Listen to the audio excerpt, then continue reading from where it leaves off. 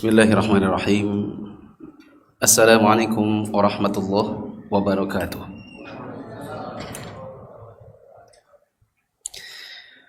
Alhamdulillahi wa kafa, wassalatu wassalamu ala rasulillahil mustafa wa ala alihi wa ashabihi wa man iqtafa.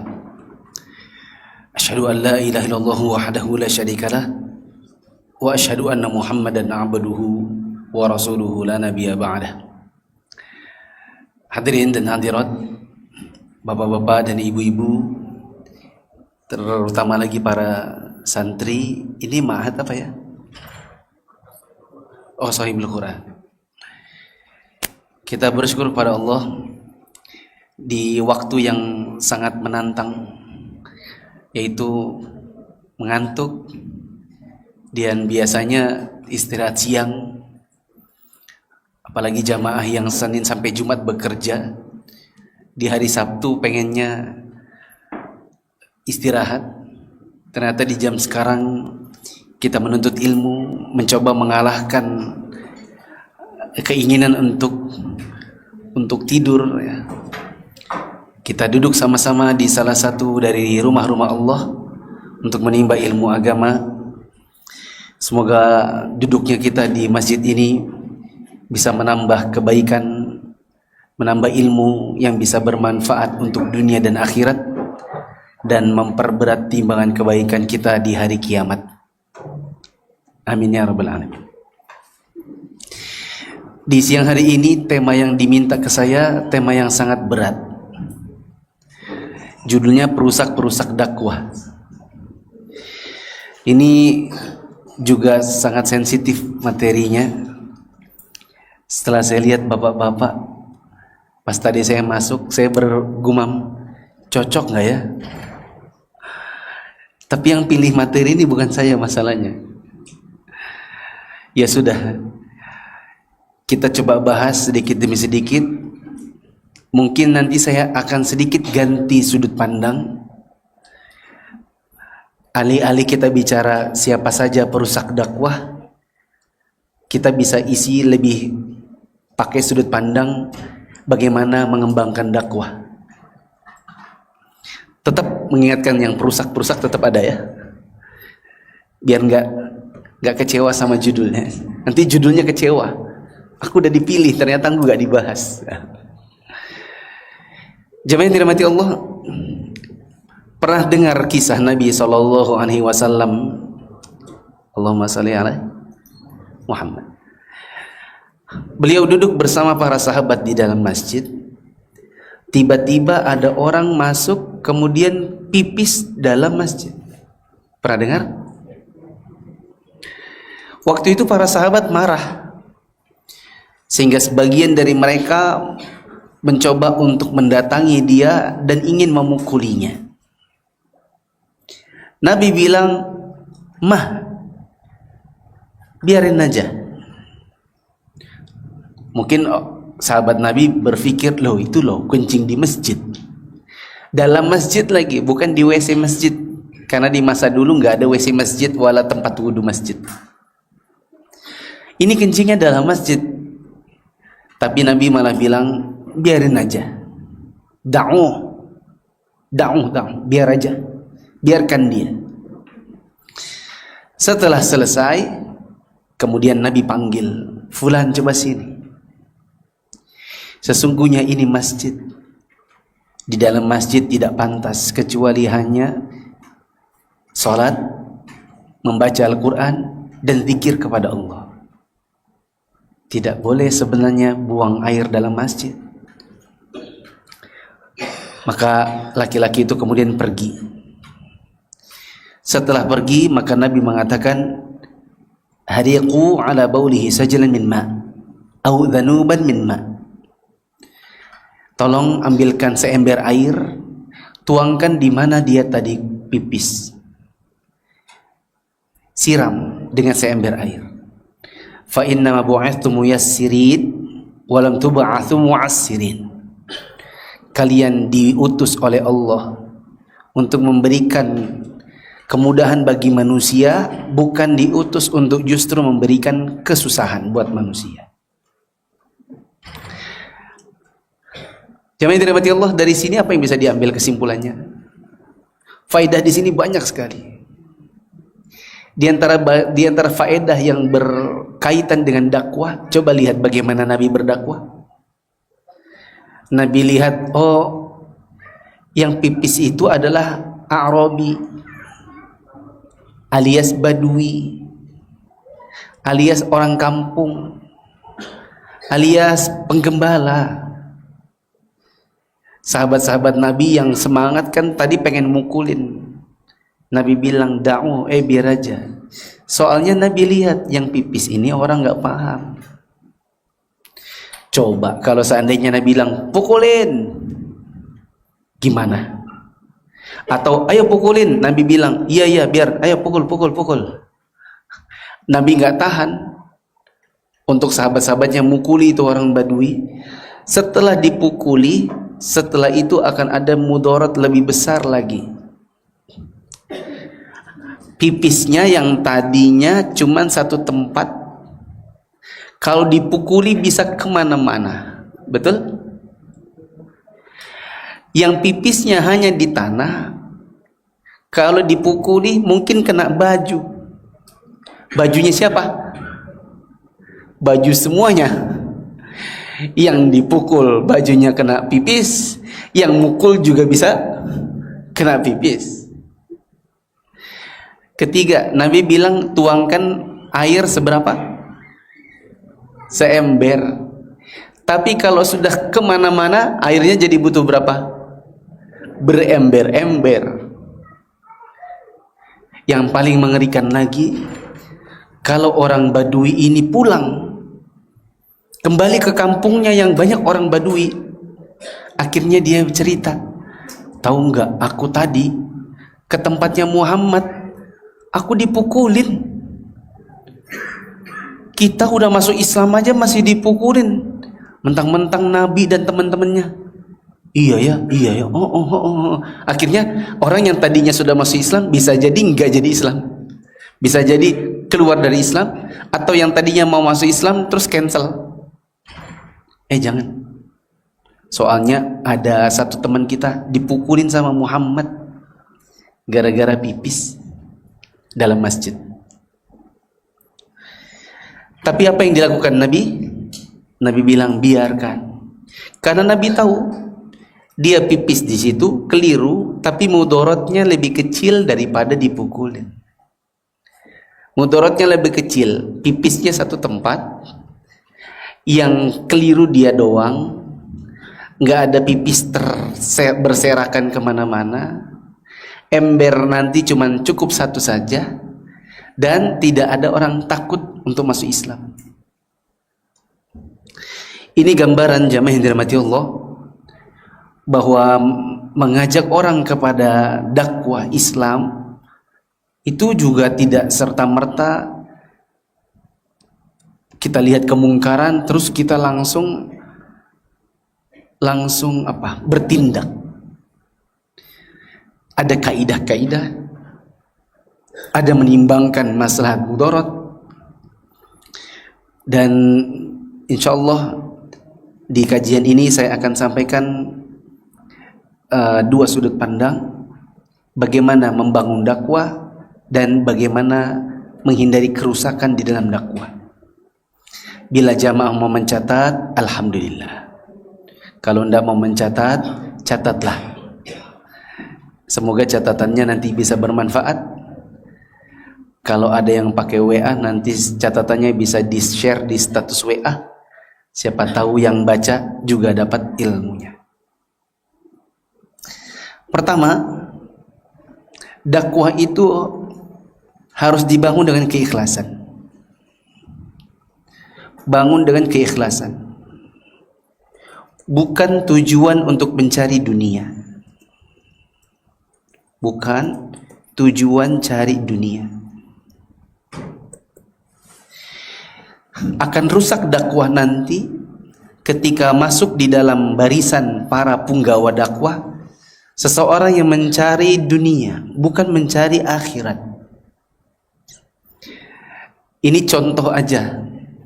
Semoga ndak ada di sini.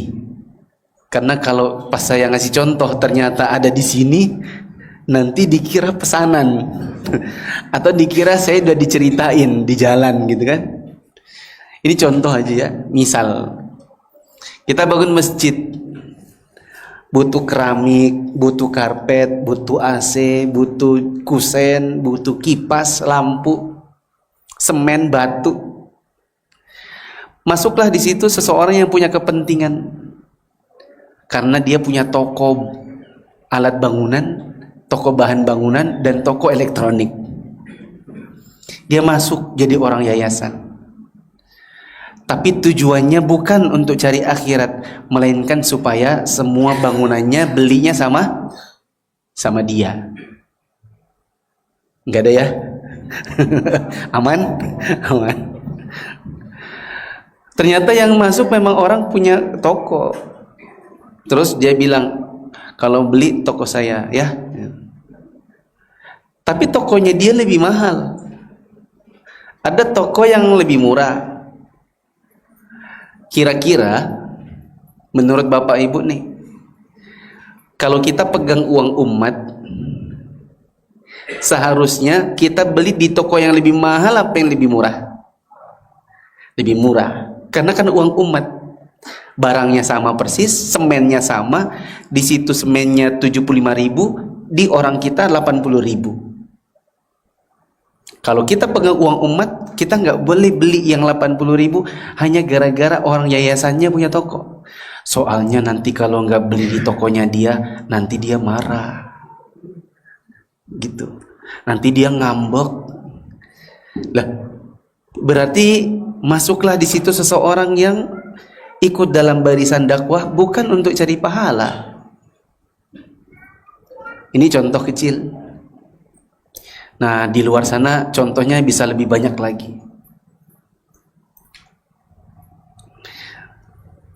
Mungkin sebagian ustadz ada yang tidak setuju dengan saya. Tapi yang setuju dengan saya juga banyak. Kami menganggap bahwa membangun yayasan itu,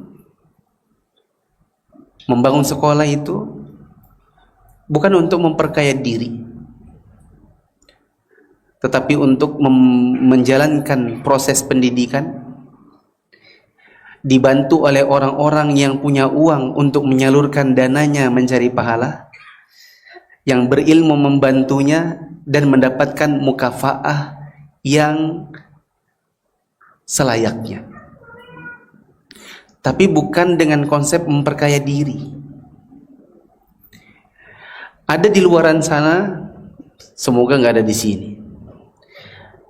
Misalnya kasus suami istri membangun yayasan bersama, cari donasi dari umat, bikin kotak-kotak infak, dimasukkan ke yayasan, katanya buat bangun pondok dan sekolah. Yang bangun siapa?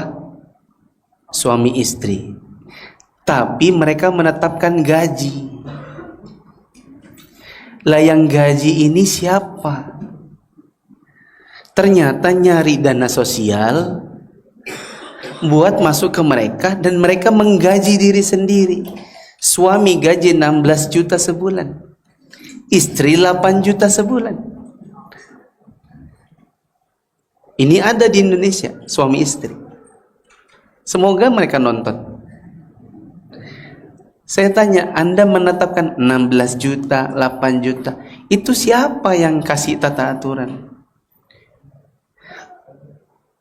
Kalau seandainya ada orang kaya bikin yayasan, Anda digaji oleh si pemilik, oh boleh.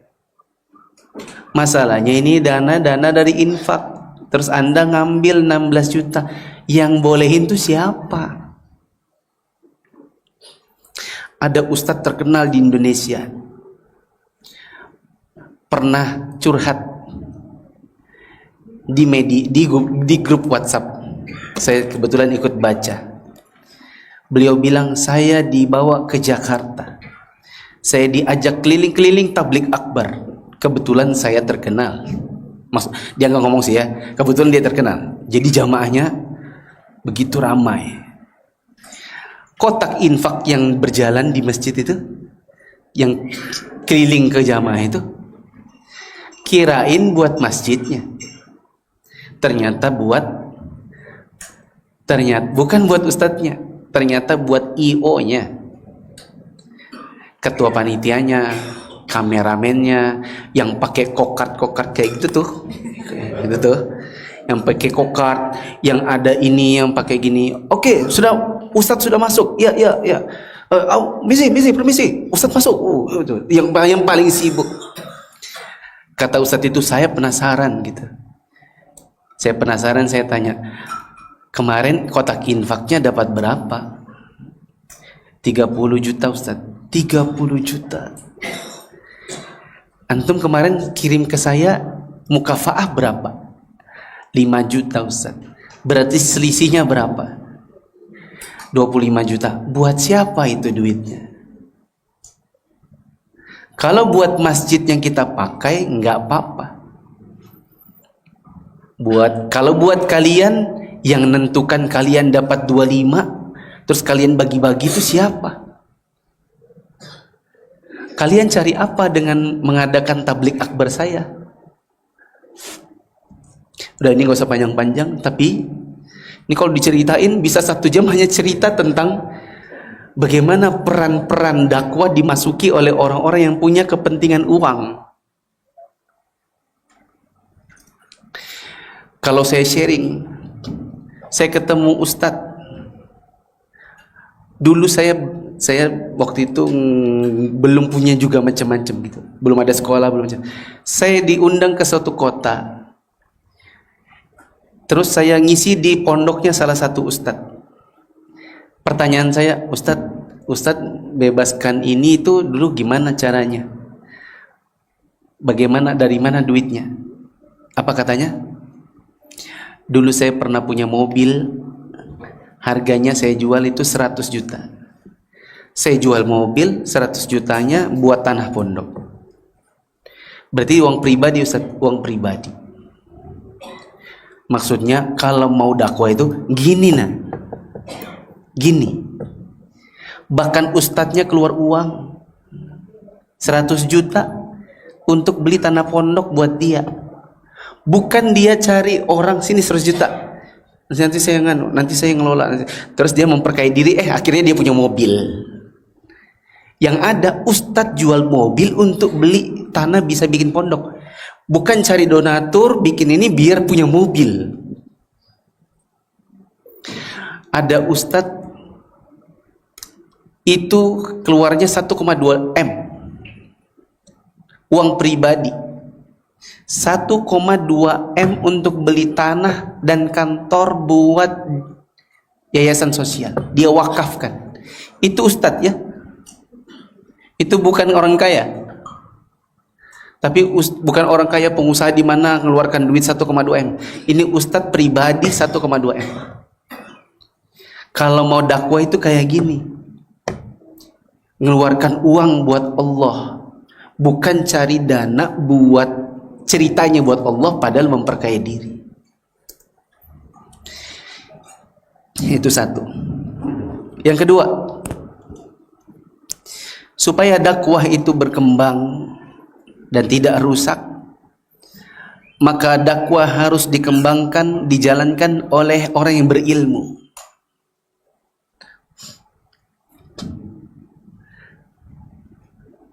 Harus dijalankan oleh orang yang berilmu.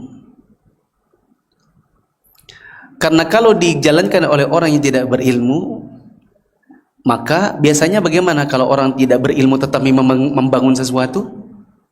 Pasti cepat hancurnya.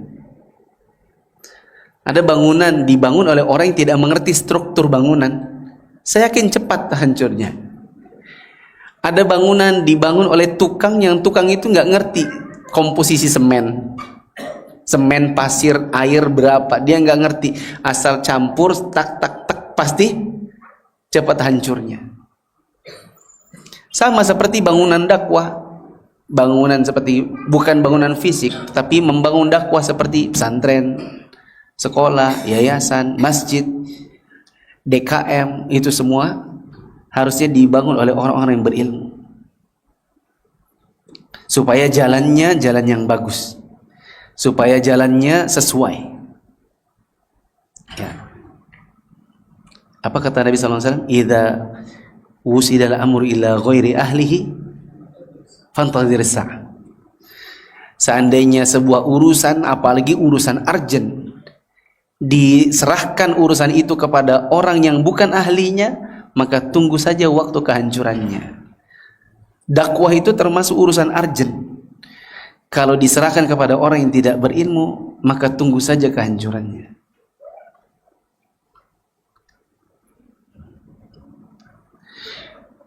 Contoh, saya bangun sekolah.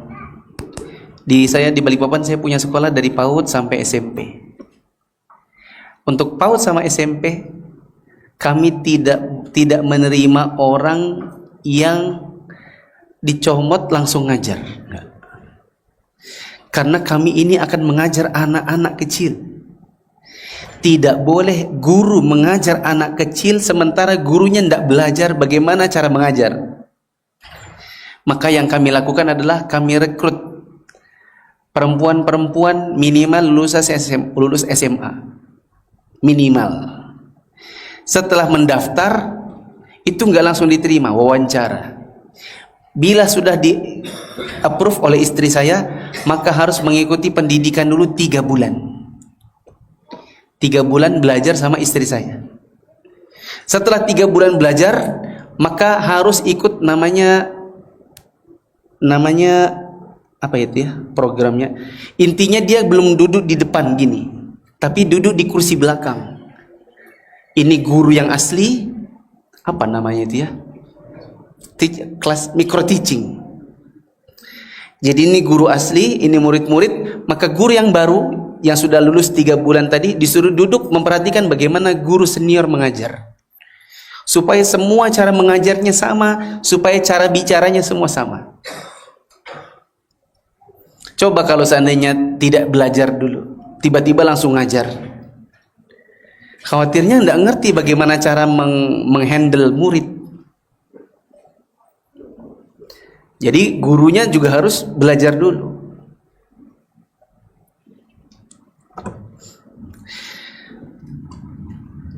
Saya kasih cerita ya, biar nggak ngantuk.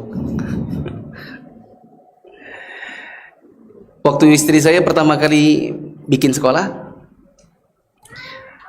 kita bikin TK dulu. Di TK ada anak laki-laki, ada anak perempuan. Malum ya, masih TK. Di luar hujan deras. Maka ada satu anak yang selalu melihat ke jendela dan selalu ngomong sama temennya, hujan. Iya, hujan. Jadi kalau istri saya sedang mengajar, kehadiran dia itu membuat teman-temannya fokusnya jadi bukan ke guru lagi, tapi ke hujan. Kalau guru-guru biasa, guru-guru yang tidak belajar menghandle murid-murid TK, mungkin akan perhatian, kamu kalau nggak mau keluar, gitu kan? Misalnya namanya Dani, misalnya, Dani dari tadi lihat itu, keluar, ganggu teman soalnya. Biasanya cara bicaranya gitu. Apalagi yang jadul-jadul, emang gitu kan cara mengajarnya dulu. Istri saya ngajarnya gimana? Karena ini yang kami pelajari, kami sebelum bikin sekolah, sebelum bikin TK, kita harus belajar dulu. Maka istri saya menghentikan kelas sementara, terus dia berkata kepada si Dani, Ustaz, Mu'alimah mau bertanya. Mu'alimah perhatikan Dani dari tadi melihat hujan. Apakah Dani pengen keluar? Kalau Dani mau keluar, Mu'alimah izinkan. Tapi ada konsekuensinya. Kalau sudah keluar, mohon maaf, tidak bisa masuk lagi sampai selesai pelajaran. Bagaimana? Ya, bapak-bapak boleh ke sini, kosong yang isi.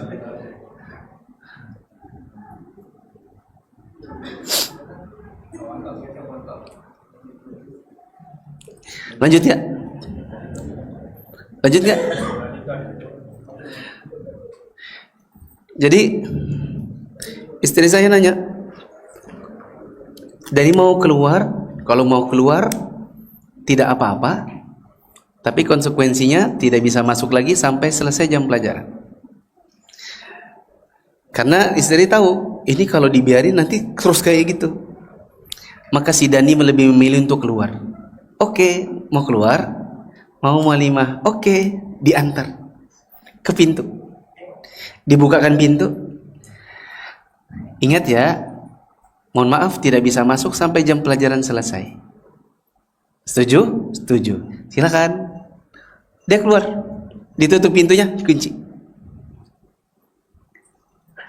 Cuman anak kecil kan mandi hujan berapa menit sih? Paling 15 menit udah kedinginan. Dia mulai gedor-gedor. Mualimah, dingin. Tapi kan dikasih konsekuensi tadi. Maka istri saya tidak membukakan pintu. Karena dia yang memilih. Sudah diberitahu pijakannya tadi. Besok-besoknya ada hujan, si Dani nggak berani lagi.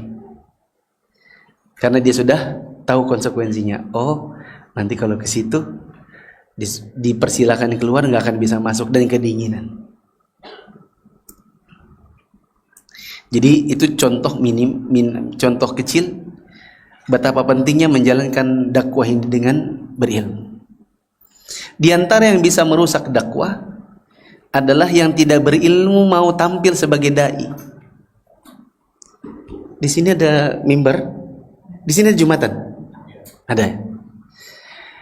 Misal yang tidak betul-betul memahami ilmu yang mau disampaikan, akidah belajarnya belum, fikih masih sangat kurang, baca Quran masih lafaznya belum benar, bahasa Arab apalagi, terus naik ke atas mimbar bicara tanpa ilmu, maka yang disampaikan bisa jadi lebih banyak salahnya ketimbang benarnya.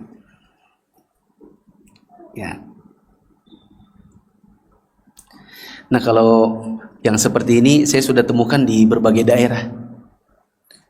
Bahkan mungkin hampir tidak ada daerah melainkan ada. Anak muda masih usia 20-an awal, lulus pondok, kepengen jadi seorang ustadz, terus langsung naik ke atas mimbar tanpa rekomendasi ustadz-ustadz. Yang seharusnya dilakukan, diajari dulu, kemudian dia setoran apa yang dia mau khutbahkan, kalau perlu dikasih pelatihan.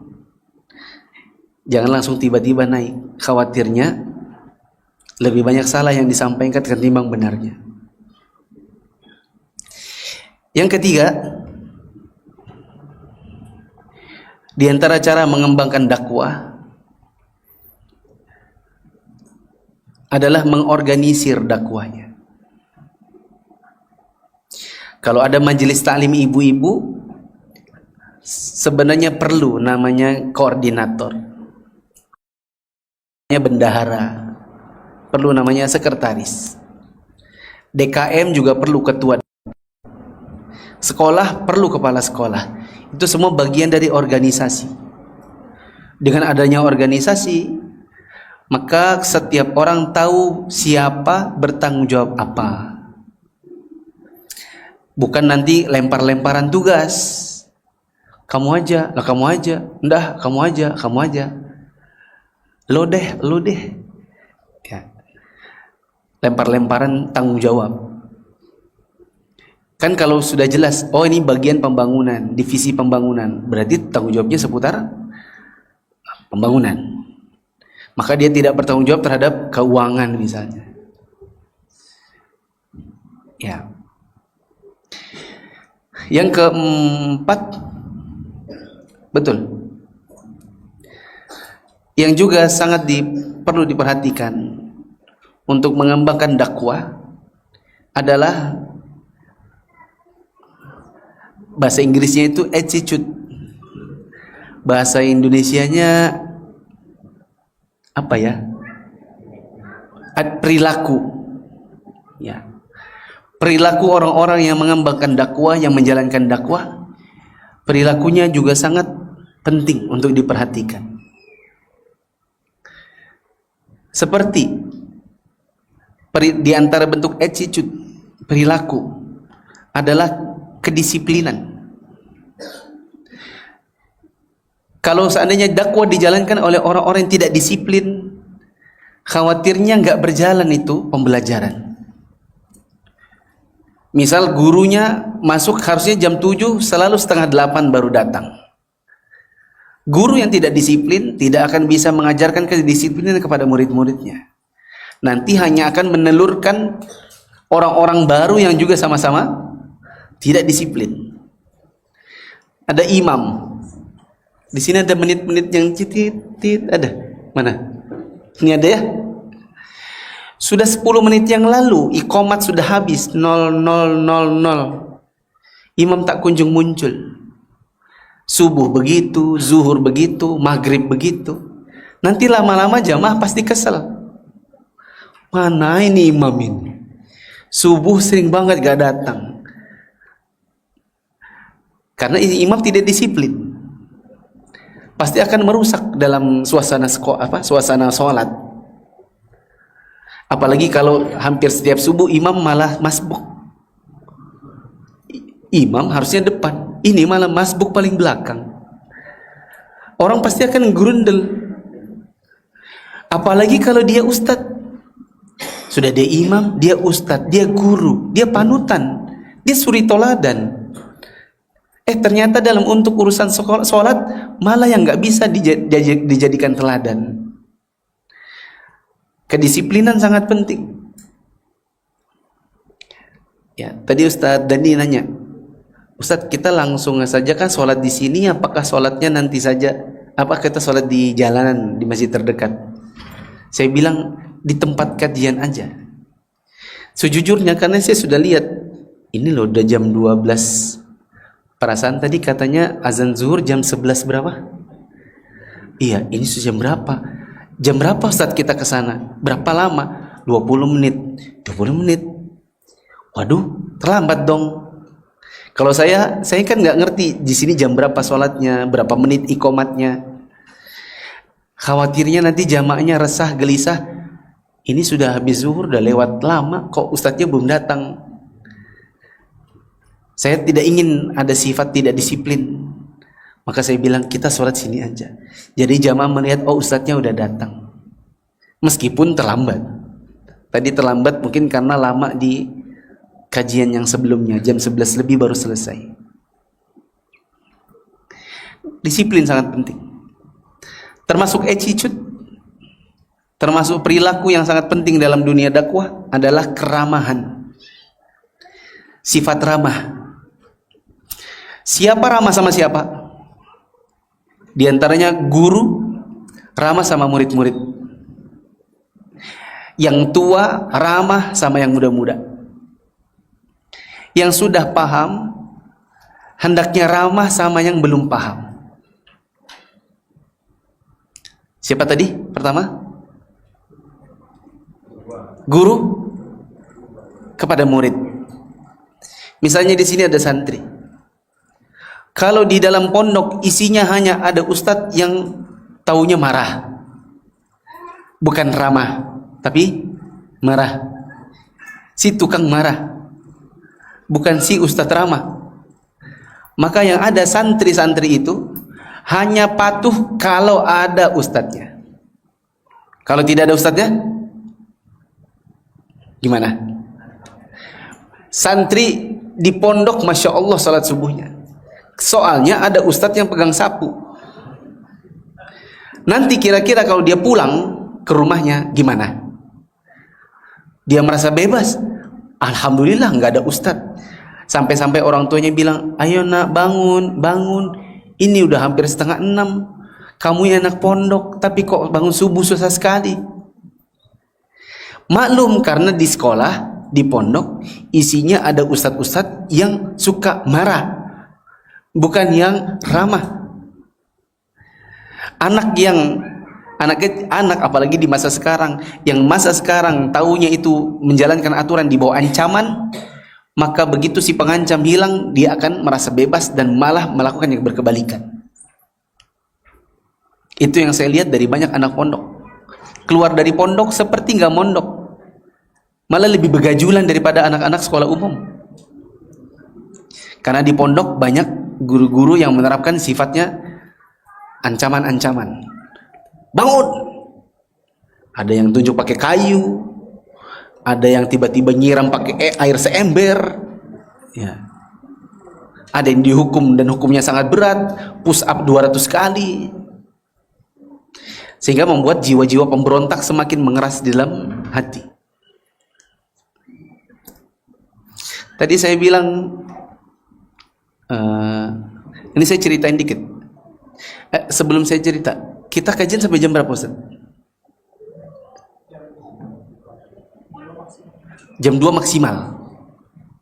Jam 2 maksimal itu sudah termasuk tanya jawab ya. Oke. Tadi subuh saya ngisi di Jakarta Selatan. Ada bapak-bapak yang bertanya, Ustadz, saya mau bertanya, saya ini seorang guru, saya punya anak murid nakal sekali.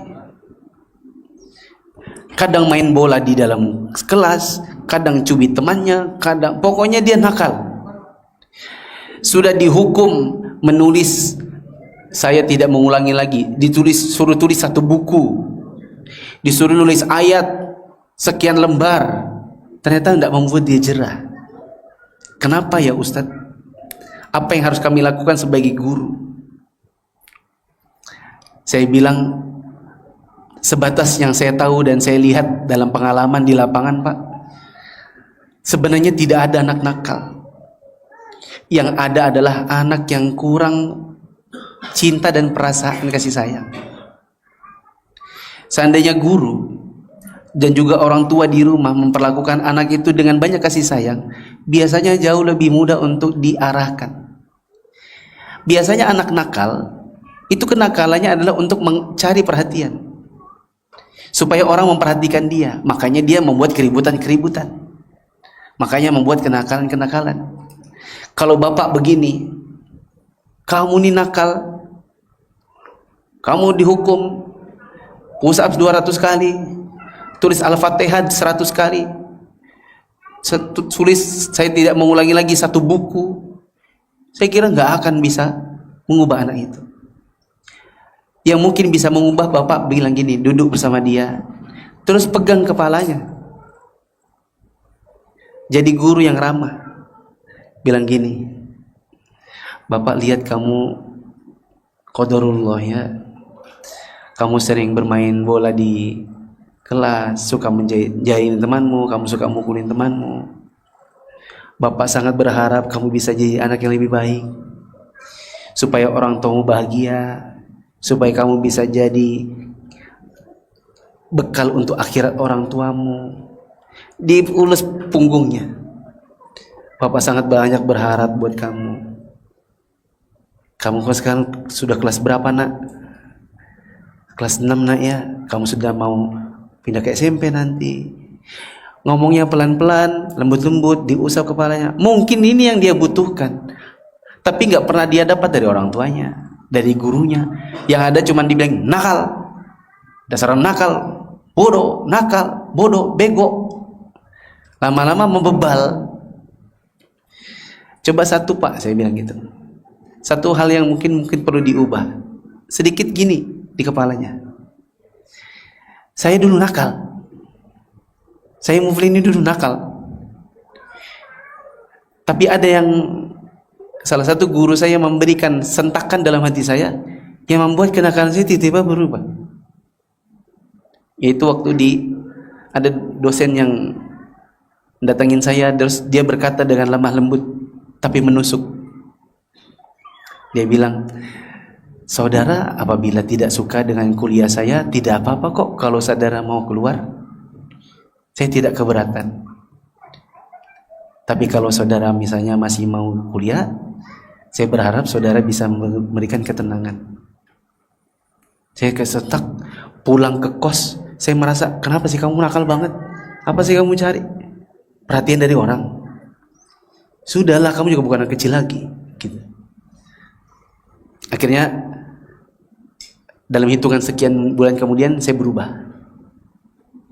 Saya nggak usah ceritain panjang lebar karena ceritanya tadi agak lebar dikit di sana tadi di apa tadi di Tufatul Islam. Nggak usah diulang lagi. Tapi intinya dulu pernah jadi anak nakal. Tapi dengan nasihat guru yang sedikit masuk di sini, itu membuat kita lebih mudah berubah ketimbang hukuman-hukuman fisik. Yang juga sangat dibutuhkan ramahnya tadi guru kepada murid. Yang juga dibutuhkan ramahnya yang tua kepada yang muda. Masjid ini masjid milik siapa? Warga kah atau pondok? Pondok. Kalau di sini anak-anak kampung ada yang ikut sholat? Ada ya? Kalau buka puasa bersama ada nggak? Ada. Saya teringat waktu saya kecil di satu masjid dekat kampung saya. Kalau buka puasa bersama ada bapak-bapak sekumpulan lansia yang selalu memblokade kue yang enak-enak. Hanya buat mereka. Kami yang kecil-kecil pasti dikasih kue yang harganya murah. Bapak tahu kue lumpur gak? Di tempat kami namanya bingka, namanya lumpur juga. Itu kan ada yang dari kentang, biasanya itu yang enak. Ada yang dari tepung melulu. Orang-orang lansia di sana bilang, anak kecil sana, anak kecil jangan-jangan sini.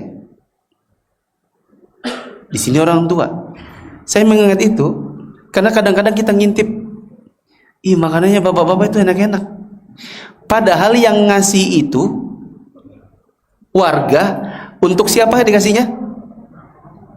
Untuk pilih A, untuk lansia, B, anak kecil, C, yang puasa. Yang mana yang mana?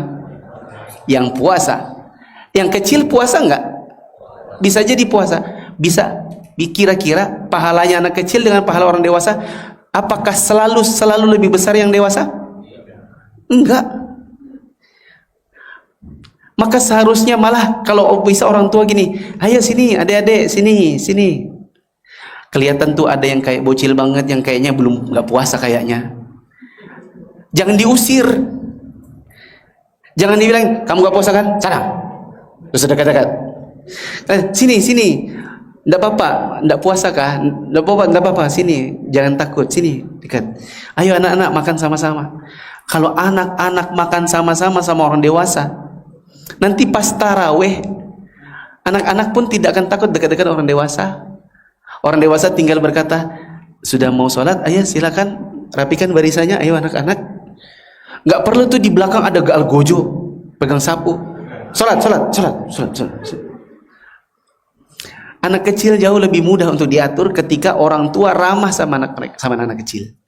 Justru kalau lansianya malah berkata, pulang, siapa bapaknya ini? Lari-lari terus dalam masjid ini. Pulang aja kalau udah bisa masjid. Itu tidak akan bisa membuat anak berubah. Yang ada nanti besok dia datang lagi, baru dia tanya, mana bapak yang tukang marah itu? Masih ada kan dia? Ada nggak dia? Ada.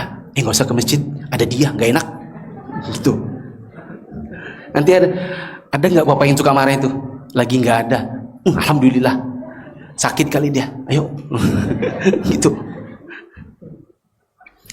Tadi saya bilang juga termasuk keramahan dibutuhkan dari siapa tadi ya? Guru ke murid, orang tua ke anak-anak, terus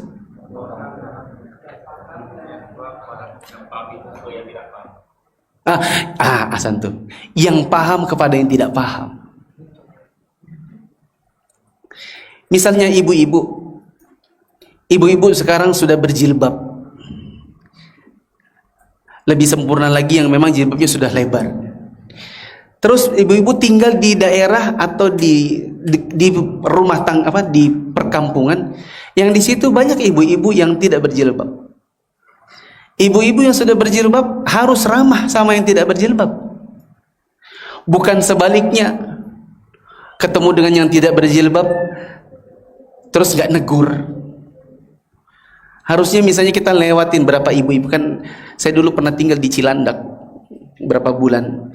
Itu ibu kos saya sama tetangganya setiap pagi adalah gibah everyday. Gitu. Tiap pagi yang saya dengar mesti ibu kos saya sama ibu-ibu yang lain pasti ngomongin orang. Isinya kalau nggak iye itu anaknya si ini, iye kayak gitu deh, iye gitu. Si anaknya ini, iye nakal banget, iye gitu ya kan. Mereka suka ngomong gitu di pinggir jalan. Sambil ngasih makan cucu, sambil ngasih makan anak kecil, sambil gibah. Nggak ada yang berjilbab. Nah, kalau kita tinggal di daerah kayak gitu, ibu yang paham harus ramah kepada yang belum paham. Lewatin mereka meskipun mereka lagi gibah, bilang gini, permisi ibu-ibu, assalamualaikum. Biar mereka, waalaikumsalam. Bukan begini, permisi para ahli neraka, karena yang suka gibah. Ya buyar ntar. Ya. Atau tiba-tiba datang, permisi ibu-ibu, yang namanya gibah itu seperti memakan bangkai saudaranya. Ayuhibbu ahadukum ayyakula lahma akhihi maitan fakarihtumuh. Allah berfirman, tiba-tiba datang ceramah. Permisi dulu, permisi ibu-ibu ya. Mungkin suatu saat mampir mbak, iya terima kasih. Besok-besok misalnya lewat bawa kue, ibu nih buat ibu. Apa nih? Iya buat makan, buat nemani gibah. Bukan ya? Iya, lewat. Mungkin suatu saat ada aja yang ngomongin gini, mbak, iye anaknya si ini, si mbak itu, iye suka banget bawa pulang laki-laki. Iya, coba mbak yang itu, yang berjilbab besar itu, apalagi yang itu yang kayak ninja itu, nah itu ramah tuh. Kalau lewat sini, assalamualaikum. Itu baru bagus. Meskipun mereka nggak berjilbab, mereka memuji yang berjilbab. Karena yang paham, ramah, sama yang belum paham. Malah di dalam Islam, dalam fikih zakat, ternyata yang namanya mu'allaf yang boleh dikasih zakat itu bukan cuma orang yang baru masuk Islam. Termasuk bila ada orang Islam yang membahayakan orang Islam, boleh dikasih zakat untuk menaklukkan hatinya. Lihat bagaimana keramahan Islam. Misal namanya Muhammad, tapi preman kampung, kemana-mana bawa celurit, dikit-dikit malak, tapi namanya Muhammad, berarti kan Islam kan. Terus datang nih DKM, Mas Muhammad, boleh nggak ya kita ngobrol sebentar, ada yang mau disampaikan. Kenapa Pak? Boleh ke masjid? Ya ntar saya ke situ, tapi nggak usah bawa celurit ya. Iya. Datang dia, terus disampaikan, ini kami ada zakat, kami mau, kalau kami rapat kita mau kasih ke Mas Muhammad, tapi kita memohon Mas Muhammad yang jual-jual gorengan, punten jangan dipalakin, ini buat Mas Muhammad. Oh ya Pak, terima kasih. Ya siapa tahu kalau bisa kesini ke masjid, ikut pengajian, nanti mungkin semakin banyak zakat, semakin banyak dikasih. Kalau bisa celuritnya simpan di rumah ya, karena ibu-ibu kalau lewat sini takut. Nah, ya. Berapa nih Pak? 5 juta. Masya Allah 5 juta. Nanti tahun 2, tahun ketiga dia datang lagi, Pak ada yang bisa dibantu nggak? Besok-besok dia jadi security masjid. Ada orang mau ganggu-ganggu masjid, dia yang mana? Siapa yang ganggu masjid? Gitu. Biasanya yang agak jiwa-jiwa gitu tuh, malah kalau ada yang ganggu-ganggu pondok, ganggu-ganggu masjid, malah dia yang paling depan. Ini masjid saya sholat, siapa yang berani ngambil? Nah gitu. Ditaklukkan dulu hatinya, itu bentuk keramahan. Lanjut, termasuk attitude 3S: senyum, sapa, salam. Lanjut, termasuk attitude amanah, pegang uang, amanah pegang uang, laporannya harus transparan, keuangan yayasan, berapa masuknya, berapa keluarnya kalau perlu. Nah, kayak gitu tuh. Itu kayaknya dari sini ada tulisan keterangan saldo pemasukan pengeluaran gitu deh. Nah gitu, itu namanya amanah. Ada orang bangun yayasan, uangnya berapa, masuknya berapa, hanya dia yang tahu. Nah itu merusak dakwah biasanya. Hatta sekalipun di depannya ada kata ustadz. Karena ada juga orang ustadz tapi sebenarnya dia bukan ustadz, cuman orang ngira dia ustadz lalu jadi ustadz. Padahal dia adalah sebenarnya penipu. Tiba-tiba dapat laporan santriwati dilecehkan. Ada lagi tiba-tiba syekh jadi melecehkan santri. Nah, versi yang lainnya yang uangnya dipakai buat kepentingan pribadi. Ustadz tapi tiba-tiba dia punya mobil sendiri. Masya Allah, tiba-tiba punya anak sendiri. Padahal dia nggak punya usaha. Tapi kok bisa ya dia beli mobil? Mobilnya bagus lagi, BYD M6.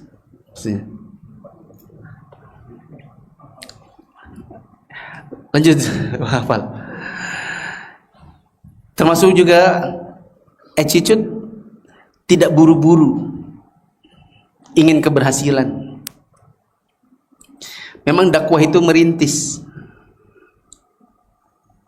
Baru wafat salah satu guru perintis, ya, Ustadz Aun Rafiq Gufran. Saya beberapa datang ke salah satu, saya diundang ke Jawa Timur, ke beberapa kota. Hampir setiap kota justru perintisnya adalah beliau, Ustadz Aun Rafiq. Saya pikir beliau merintisnya di Gresik, yang di Blitar ya Ustadz Blitar. Enggak, yang di Blitar beliau, yang di ini beliau, yang di sini beliau, Tulung Agung beliau. Sejak 20 tahun yang lalu. Saya yakin beliau waktu itu 20 tahun lalu, pasti waktu beliau ngisi enggak sebanyak ini jamaahnya, pasti.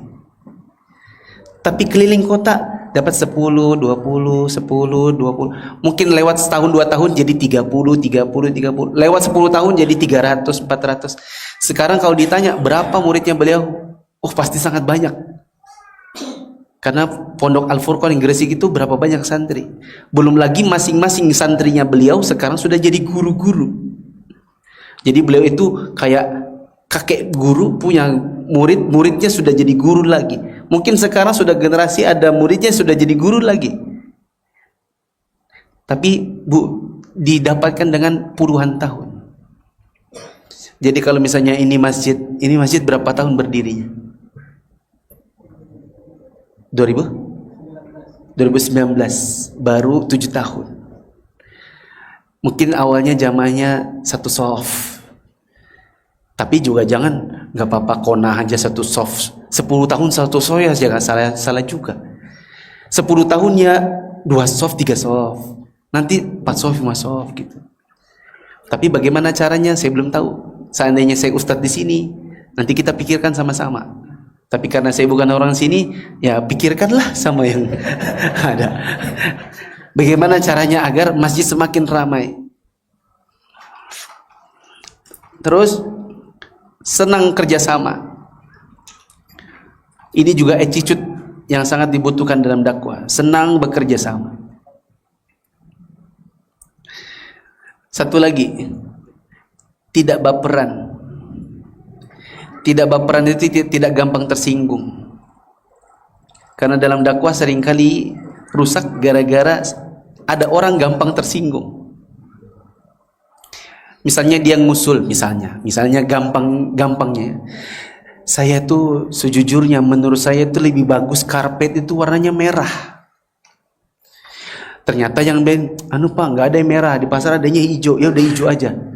Terus dia nggak hadir di masjid sebulan. Ditanya kenapa Pak lama ndak ke masjid? Saya kan sudah bilang waktu itu saya sukanya merah. Seremeh itu ada perkara seremeh itu membuat orang akhirnya nggak suka sama masjid, nggak suka sama dakwah, terus keluar sana sini ceritanya macam-macam. Hanya untuk urusan sebenarnya saya sukanya merah. Ada lagi, soalnya saya itu paling percaya kipas angin itu mas pion. Coba. Ternyata yang dibeli regensi. Gitu. Saya sudah bilang mas pion itu tahan. Di rumah saya mas pion 10 tahun. Ini dibeli yang bunyinya lagi bunyi gini. Gitu. Harusnya kan beli itu yang diem. Sampai seremeh itu pun akhirnya kalau orang baperan, dia bisa merusak dakwah, merusak suasana, merusak persatuan. Yang kelima, mungkin yang kelima. Yang kelima, yang bisa memajukan dakwah adalah kreativitas. Harus kreatif. Di zaman sekarang orang berkreativitas dengan media. Muncullah HP. Zaman dulu mic-nya dicolok tek, kabel ini berkabel-kabel gitu, sampai ke leher ustadznya. Bapak tahu BlackBerry nggak? Apa itu BlackBerry? Bukan HP. BlackBerry itu buahnya kan item-item gitu kan, tapi banyak bulat. Itu kan BlackBerry ya? Ya nggak sih? Dulu 2018 saya pernah diundang pertama kali ke kota Kediri. Banyak sekali media meliput HP dan semuanya pakai boya yang pakai kabel itu. Jadi di baju saya ini BlackBerry. Bulat-bulat.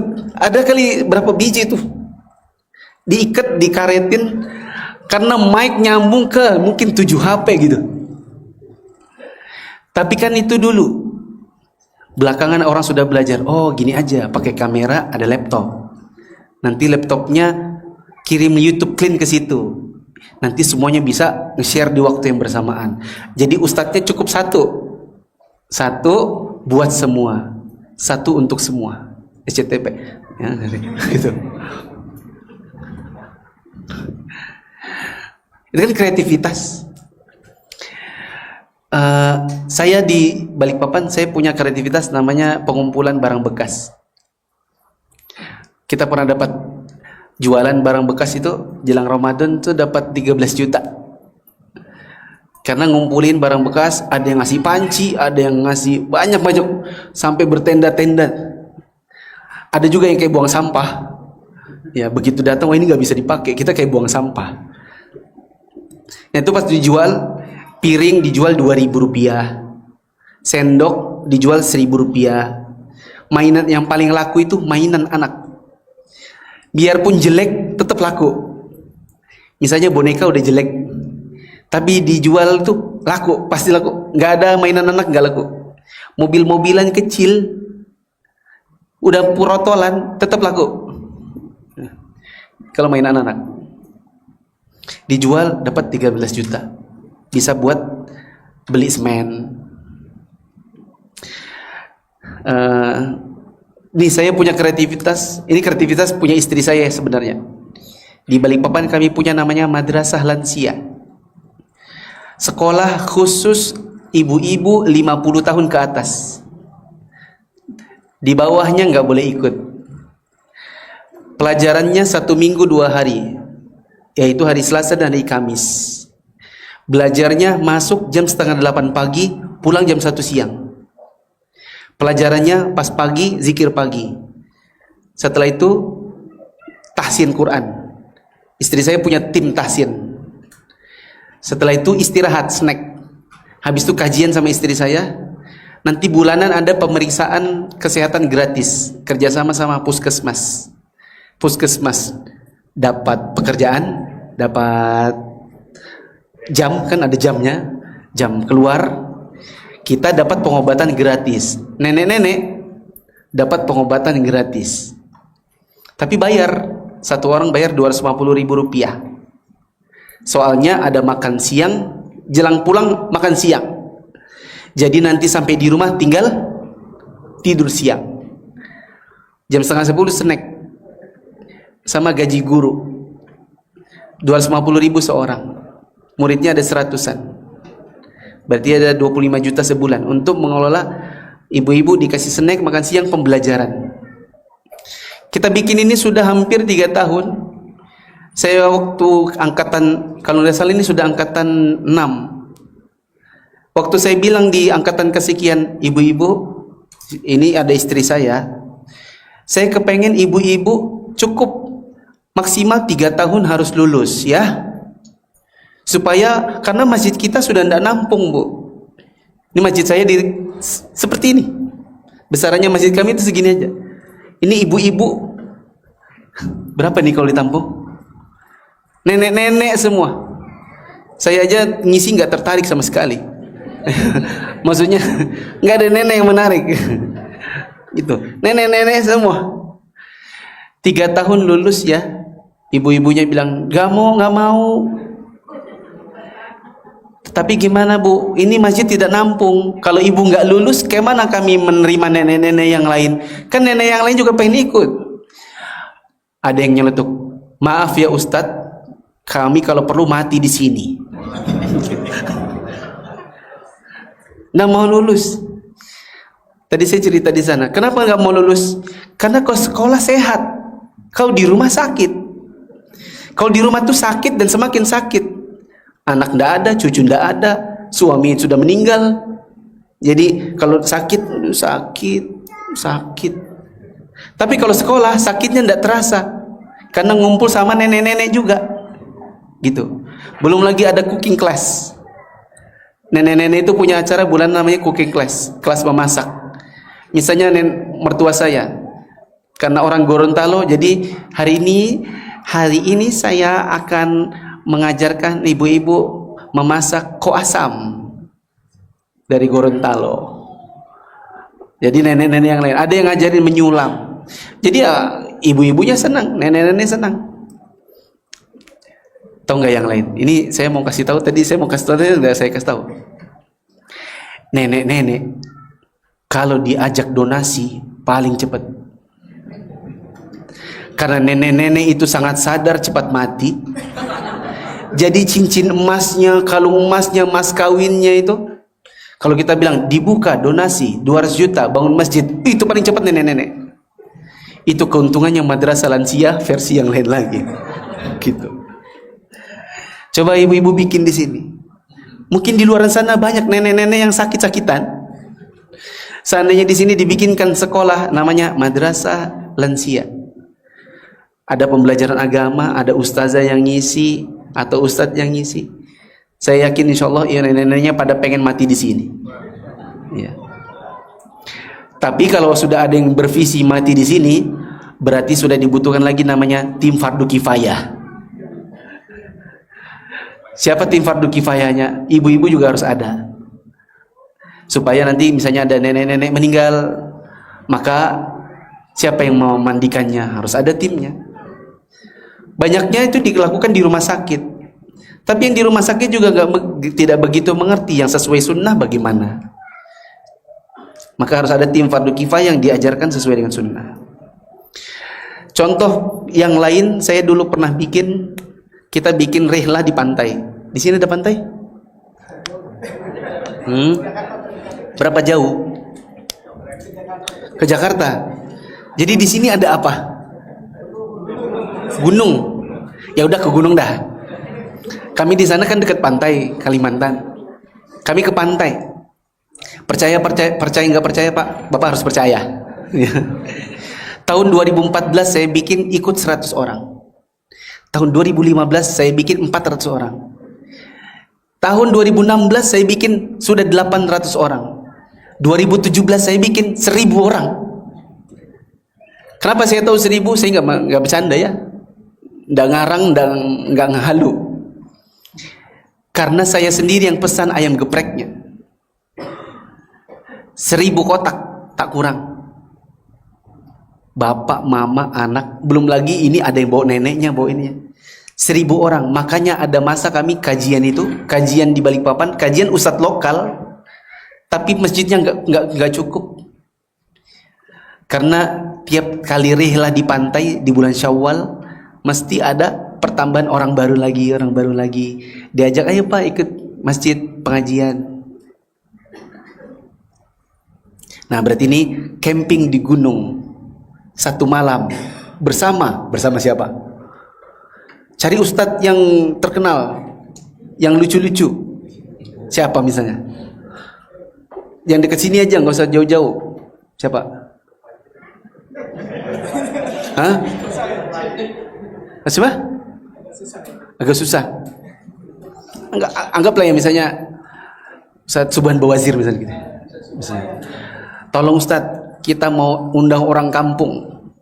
Ya, kita bikin gini-gini. Nanti jangan lupa mikrofon yang bagus. Ya, Ustadz nanti ceramahnya yang lucu-lucu ya. Yang banyak ini. Pasti setelah itu pulang orang senang. Pasti di mana kajian lagi? Kapan kajian lagi? Pasti. Gak mungkin gak? Asalkan lucu ya. Kalau tegang gitu, pulang murung. Gitu. Lanjut. Saya masih ada banyak kreativitas. Saya bahkan punya kajian khusus anak SMA. Namanya KISPA. Kajian Islam Putih Abu-Abu. Putih abu-abu maksudnya apa? SMA. Dah. Lanjut yang keberapa? Berikutnya saya akan sebut banyak-banyak tapi nggak panjang-panjang apa penjelasannya ya. Yang keenam, yang juga mendongkrak perkembangan dakwah adalah persatuan para ustadz.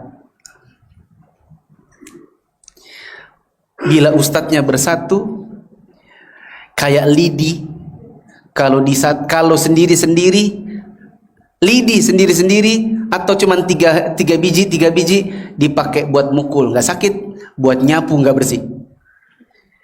Maka di sekitar Bogor ada persatuan asatizah, kumpul setahun 2 kali lah, makan-makan sebagai ngobrol kita di mana aja nih, bagaimana cara mengembangkan dakwah. Ya, tapi harus ada donatur, kan ada makan-makan, gitu. Terus digilir, kali ini di sini, nanti next di sono, terus di sana, pindah-pindah, semua sekolah, semua pondok kena gilirannya. Kalau asetnya bersatu, lidi disatukan buat nyapu bersih, buat mukul buat mukul apa nih? Buat mukul yang maksudnya memukul kesalahan-kesalahan biar jadi benar. Lanjut, kenyamanan tempat belajar. Kalau zaman sekarang ya AC, kipas. Ya, ini juga kenyamanan tempat belajar nih, mikrofon. Ini juga membuat nyaman. Coba kalau mikrofon ini nggak jelas, ini Bapak dengarnya jelas gak? Coba kalau nggak jelas, Bapak dengar kayak gini misalnya. Jadi kalau kita dakwah itu harus dikembangkan dengan saya yakin setengah jam Bapak mau pulang, ya kan? Setengah jam dengarkan kayak gitu pasti pulang, karena toanya pecah.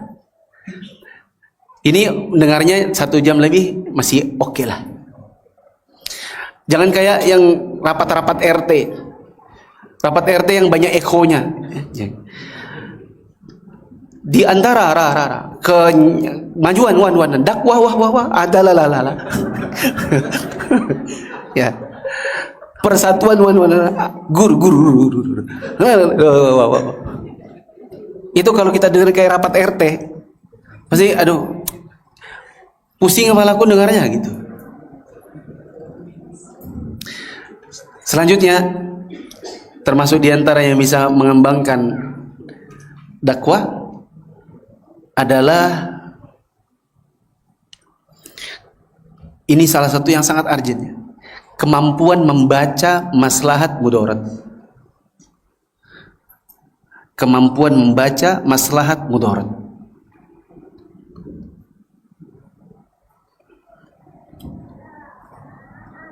Ini yang terakhir. Sebenarnya masih banyak tapi kan maksimal jam 2 ya. Kemampuan melihat maslahat mudarat seperti apa? Ini contoh. Bapak-bapak perhatikan dulu. Sebentar lagi kan kurban. Beberapa minggu yang lalu saya dapat telepon dari seorang ikhwan. Ustadz, kami mau kurban. ada pilihan, dihadiahkan apa disedekahkan. Lebih bagus mana Ustaz? Lebih berpahala mana? Sedekah apa hadiah? Jawabannya apa Pak? Lebih bagus mana? Sedekah, hasil kurbannya disedekahkan apa dihadiahkan? Mana yang lebih bagus? Disedekahkan. Apa Pak? Hah? Apa? Melihat siapa yang menerimanya. Ini yang menerima orang mampu. Yang sedekah orang miskin. Lebih berpahala mana? Saya bilang tidak sesimpel itu menilai mana lebih bagus, sedekah apa. Kalau antum pakai istilah saya, sedekah apa dia? Sedekah apa dia? Ya sedekah. Tapi apakah sesimpel itu di lapangan? Enggak. Bisa jadi hadiah lebih maslahat daripada sedekah. Gimana contohnya? Contoh, saya mau bangun sekolah, nanti akan masuk alat berat. Kalau masuk alat berat, masuk truk-truk untuk ngantar material, sementara warga di sekitarnya tidak pernah mendapatkan kebaikan kita, mungkin mereka akan merasa keberatan. Tapi warganya ini rata-rata orang mampu, bukan orang miskin. Akhirnya kita menyelenggarakan kurban dulu di tanah itu, undang warga lewat Pak RT-nya. Pak RT punyakah tim jagal? Oh ada, nanti saya. Oh ya Pak, nanti kurban tempat kita. Bapak aja nanti. Bapak terserah, Bapak mau ambil apanya? Saya kepalanya ya, ambil. Jadi kurban yang kita berikan di situ sebenarnya statusnya hadiah. Tapi untuk sebuah kemaslahatan. Diambil Pak RT kepalanya, dagingnya dibagi ke warganya. Tahun depan gitu lagi, lama kelamaan ketika Pak kami mau bangun sekolah ini di sini. Nanti ini ada asramanya, ada gini-gini. Oh ya silakan. Soalnya masyarakat sudah merasakan manfaatnya. Coba kalau waktu itu kita tiba-tiba bangun, sedangkan kalau ada kurban, kurbannya selalu di tempat orang miskin. Masyarakat tidak pernah dapat manfaat apapun. Mungkin mereka akan menjadi orang-orang yang merasa keberatan. Blokade jalan. Maka dalam dakwah bisa jadi kalau kita lihat lebih jauh mana yang maslahat, bisa jadi kadang-kadang hibah lebih maslahat daripada sedekah. Nah ini butuh kejelian melihat, mempertimbangkan mana yang lebih maslahat, mana yang lebih mudaratnya seperti apa.